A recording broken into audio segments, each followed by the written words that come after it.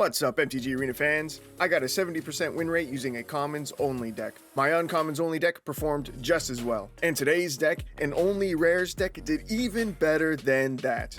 I ran Orzhov legendaries, and either I'm a great deck builder or these cards are just too strong. Maybe both, because the beatdowns were brutal and non-stop. My win rate with this deck was an astounding 90%. Results may vary. The full deck list is 2 copies of Skrelv, 2 Jadar, 3 Thalias, 2 Vrans, 3 Adelines, 3 Kunaros, 2 Raidans, 2 Drana and Linvala, 2 Audrix, 4 Ratadrabix, 2 Lysis, 1 D-Spark, 2 Vanishing Verse, 4 Sign in Blood, 1 Urza's Ruinous Blast, 1 Primeval's Glorious Rebirth, 4 Bright Climb Pathways, 4 Godless Shrines, 2 Isolated Chapels, 7 Plains, 7 Swamps, and with that said, let's see the deck in action. Alright, for this match we're going up against a Johnny. Now, not only do we get to keep our first hand, but we're also on the play. Because we had such an advantage going into this match, I decided to misplay my first turn and didn't drop my Skrelv, which was totally 100% intentional. Otherwise, this match would have been way too easy, you know?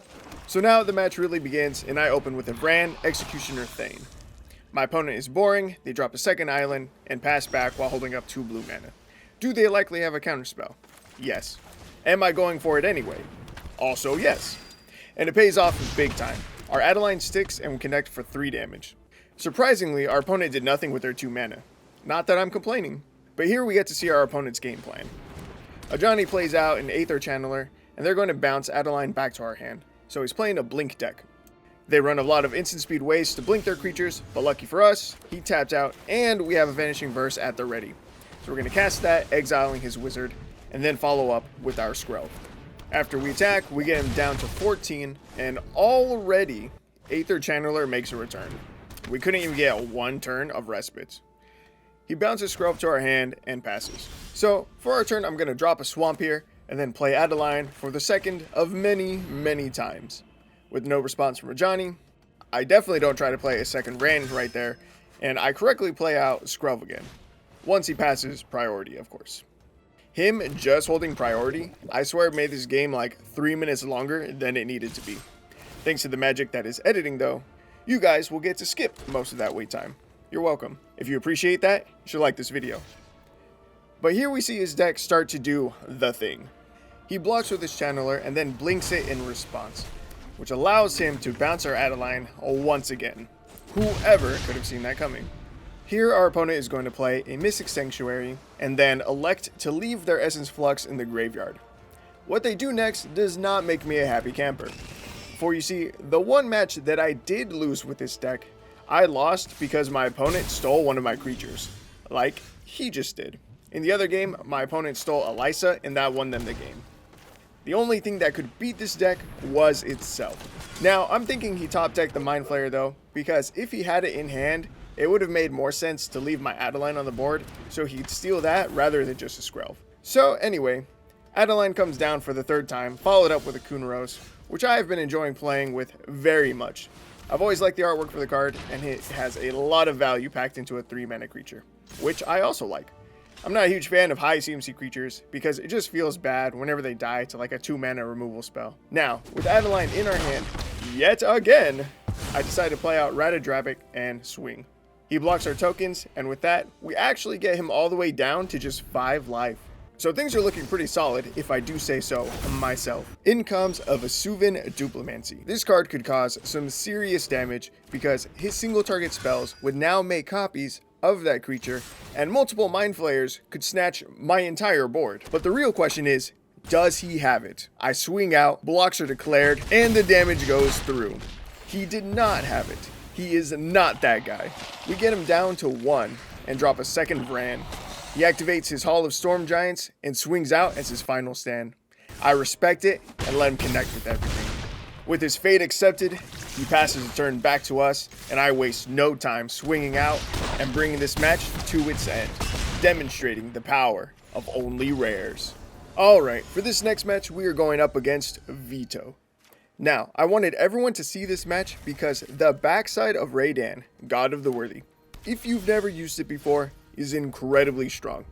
Valkmira, Protector Shield says that if a source an opponent controls would deal damage to you or a permanent you control, prevent 1 of that damage. That might not sound like a lot, but if you've ever had to play against it, you'd know just how strong and just how annoying that ability really is. And it is super relevant to this match because, spoiler alert, it is the main reason why I won this match. Now, so far, our opponent has just been playing mono black death touchy stuff, which is why I choose not to block here. And then the Nighthawk Scavenger they play will confirm that that is indeed their game plan. But now it's my turn, and here comes down the shield. The shield also has a second ability which reads, whenever you or another permanent you control becomes the target of a spell or ability an opponent controls, counter that spell or ability unless his controller pays 1. This ability is going to be very, very important later on. Here we go down to 14. Vito drops a second gifted Aetherborn and passes. For our turn, we drop a Plains, and now we play our Lysa Forgotten Archangel, which can start getting us life soon. With no good attack though, we pass the turn. Our opponent plays a very powerful card, Sanguine Bond. So now, whenever they gain life, target opponent, aka me, loses that much life. Because it targets though, our shield is basically triple protecting us right now. We take 1 less damage from each of Vito's lifelink creatures, so the Sanguine Bond damage triggers are 1 smaller. And then our opponent still has to pay mana just to get in that extra damage. So do you see what I mean yet? The shield is nuts. We get down to Ratadrabic, and we finally get to swing out for some decent damage. As our opponent swings back, I block using Adeline, and we get to see some sick synergy between Lysa and Ratadrabic. Lost in the triggers on the stack, Ratadrabic is making us a non-legendary 2/2 copy of Adeline, while Lysa is returning the original one back to our hand. That's something you could do repeatedly and just end up with a huge board of Adelines or some other legendary creature, which is incredibly strong. I mean, we're talking about legendaries. They're inherently so strong that you're normally only allowed to have 1. So multiple copies is wild. Alright, here we're going to shock in our Godless Shrine. Super nice game to use rare lands, I almost never get to. But we shock it in so we can get our second Adeline on the board, as well as a Kunaros. All that's left is to swing out, getting those delectable double Adeline triggers, bringing our opponent down to 11 as we go back up to 12 and pass. Here our opponent is going to spend their entire turn casting Vraska's Contempt to exile our non-token Adeline. And that's okay, because unfortunately for them, I have another 2 Adelines in hand, so we're pretty set. Vito swings, and I let him connect for only 2 more damage, thank you, shield. And with our final turn, I drop a Thalia, another Adeline, and we swing out for a whopping 17 damage, overkilling our opponent by 2 and winning the match.